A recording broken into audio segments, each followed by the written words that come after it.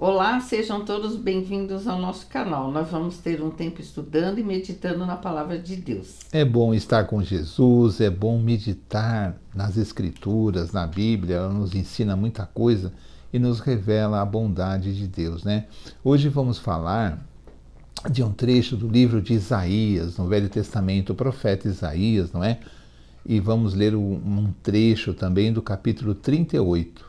Vamos aprender algumas coisas, vamos meditar, amém? Amém. Isaías 38, do 1 ao 5. Naqueles dias, Ezequias ficou doente à beira da morte. O profeta Isaías, filho de Amós, foi visitá-lo e lhe disse: Assim diz o Senhor, põe a casa em ordem porque você vai morrer. Você não se recuperará. Ezequias virou o rosto para a parede e orou ao Senhor. Lembra-te, Senhor, de como tenho te servido com fidelidade e com devoção sincera, e tenho feito o que tu aprovas. E Ezequias chorou amargamente. Então a palavra do Senhor veio a Isaías: vai dizer a Ezequias assim diz o Senhor, o Deus do seu antepassado Davi. Ouvi sua oração e vi suas lágrimas. Acrescentarei 15 anos à sua vida. Isaías 38, do 15 ao 17. Mas que posso dizer? Ele falou comigo e ele mesmo fez isso. Andarei humildemente toda a minha vida por causa dessa aflição da minha alma. Senhor, por tais coisas os homens vivem e por elas também vive o meu espírito. Tu me restauraste a saúde e deixaste-me viver. Foi para o meu benefício que tanto sofri. Em teu amor me guardaste da cova da destruição. Lançaste para trás de ti todos os meus pecados. Amém. Então foi lido o capítulo 38 do livro de Isaías, no Velho Testamento. Não é? Isaías é um profeta e nessa época, esse livro, essas histórias de Isaías, contadas no livro de Isaías, elas têm aproximadamente 730 anos antes do nascimento do Senhor Jesus. Nós estamos no velho concerto que Deus tinha com o povo de Israel, com o povo de Judá, e Isaías, que aparece nesse trecho como foi lido, era rei de Judá. Era um homem que procurava seguir a Deus, era um homem que temia a Deus, e eles não tinham esse conhecimento de Deus como nós vamos ter depois, através de Jesus Cristo, não é o Filho de Deus que veio ao mundo. Eles tinham assim uma ideia de Deus ainda bastante confusa, não é?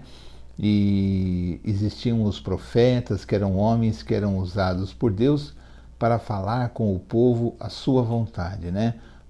Deus tinha uma vontade, ele queria ajudar ao povo, queria ensinar ao povo, e usava então esses profetas. E nesse livro de Isaías, Isaías é usado para falar com o rei de Judá, o rei Ezequias, não é? E ele diz assim: olha, Ezequias, arruma a tua casa, porque você vai morrer, você não viverá. E Ezequias leva um baque, não é? Ezequias não queria morrer. E ele estava doente, ele estava triste, ele estava abatido. E ele, recebendo essa mensagem do profeta, que ele sabe que não é o profeta da cabeça do profeta, mas sim uma mensagem que vem de Deus, ele vira o seu rosto para a parede e ora de uma forma desesperada. Ele se desespera. O Senhor escuta a oração de Ezequias, o Senhor Deus escuta a oração de Ezequias e manda que o profeta Isaías retorne ao palácio, ao lugar onde está o rei Ezequias, rei de Judá. E ele diz assim: olha, o Senhor Deus, te acrescentará mais 15 anos de vida. Depois disso, não é? Existe toda uma oração, um agradecimento de Ezequias, mas o que nós vamos destacar aqui é que ele diz que agora, devido à sua experiência, essa experiência que ele temeu, que ele adoeceu, que ele sentiu que ele partiria do mundo, que ele morreria, ele se tornava mais humilde, porque ele sabia que a vida era um dom de Deus, que Deus realmente é o Senhor da vida, não é? Não adianta você ser rei ou você ser um servo, não adianta você ser rico ou pobre, porque a vida pertence a Deus, não é? E ele agora seria mais humilde. E ele ainda declara assim, no versículo 17 do capítulo 38, ele declara assim, foi para o meu benefício que sofri, pois tiraste o meu pé da cova, não é? E ele sabe que Deus realmente permitiu que ele passasse por toda aquela tribulação para que ele pudesse ser uma pessoa melhor, porque ele já era um homem temente a Deus, mas aquela experiência terrível o fez meditar e buscar mais a Deus e se tornar mais humilde, mais uma pessoa que via a vida de uma forma realista, porque aqueles que duvidam e não creem no poder de Deus têm uma visão, na verdade, uma visão fantasiosa da vida, porque Deus realmente é o que dirige as nossas vidas, não é? E Ezequias diz assim, foi para o meu benefício que sofri. E é nessa hora que nós vamos meditar. Vocês vejam bem, isso foi antes, aproximadamente 730 anos, um tempo muito longo, antes do nascimento do Senhor Jesus. E mesmo assim, o povo de Israel, o povo de Judá, já tinha todo esse contato com Deus, e Deus usava os profetas, não é? É uma época que eles tinham uma parte da revelação de Deus. Depois, com Jesus, vai existir a plenitude da revelação de Deus. Vai existir a salvação, né? Jesus vai reaproximar Deus de todos os homens que o aceitarem, não é? Vai reaproximar, vai religar, e todos os homens terão a chance de ter novamente a comunhão com Deus e levar Deus a sério como nós devemos levar, porque Deus é importantíssimo nas nossas vidas. Deus é presente, Deus também escuta as nossas orações. Qual é o nosso problema? É que apesar de hoje nós termos Jesus, temos a revelação do reino de Deus muito mais profunda do que Ezequias tinha naquela época, nós muitas vezes aceitamos as situações adversas sem orar. Não oramos a Deus, nos sentimos fracos na fé, sentimos que Deus não escutará as nossas orações, pedimos para alguém orar por nós, né? Vocês podem perceber que o rei Ezequias não pediu para que Isaías orasse por ele. Isaías era um homem que realmente tinha uma ligação muito profunda com Deus. Mas o rei Ezequias não pede que Isaías ore por ele. Ele vira o rosto para a parede, como diz o texto, e clama ao Senhor. Ele clama. Isso para nós é uma lição. Por que nós não clamamos a Deus quando temos problemas? Por que já aceitamos a derrota assim, como se não houvesse um Deus, como se Deus não ligasse para nós? Exatamente, eu ainda que tenho a revelação de Jesus, os evangelhos, o que o rei Ezequias não tinha, não é? Então, o que resta para mim aprender? Que eu não devo aceitar nenhuma situação adversa sem clamar a Deus, e não devo pedir para que ninguém ore por mim sem que eu mesmo ore, porque a minha oração deve ser ouvida, porque o problema é meu. Eu posso pedir para os outros orarem, mas Deus precisa ouvir a minha voz, Deus precisa ver o meu coração, para que as coisas realmente cheguem na presença de Deus como um clamor. E se for da vontade de Deus, a minha oração será atendida, porque Deus não quer que fiquemos sofrendo pelo sofrimento. Mas a exemplo de Ezequias, o que Ezequias diz? Eu sofri para o meu benefício.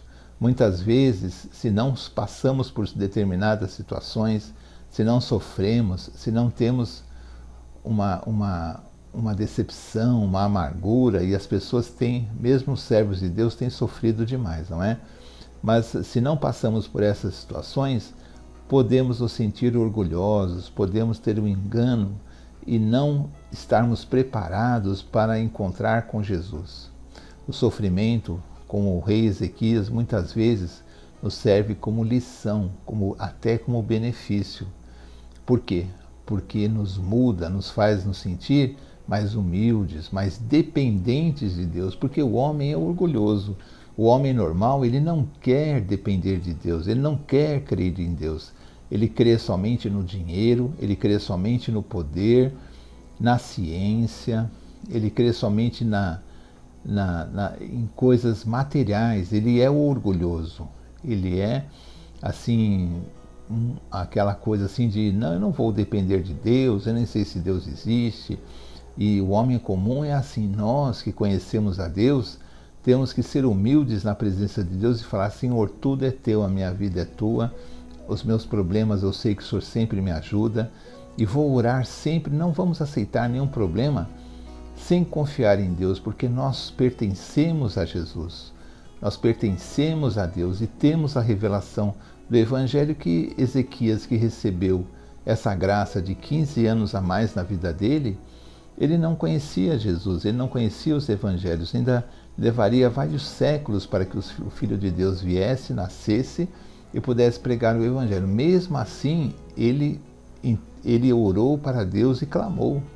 E depois ele confessa, estou mais humilde agora, e todo esse sofrimento que passei foi para o meu benefício. Vamos aprender com essa passagem, porque ela é importante, porque ela está no Velho Testamento.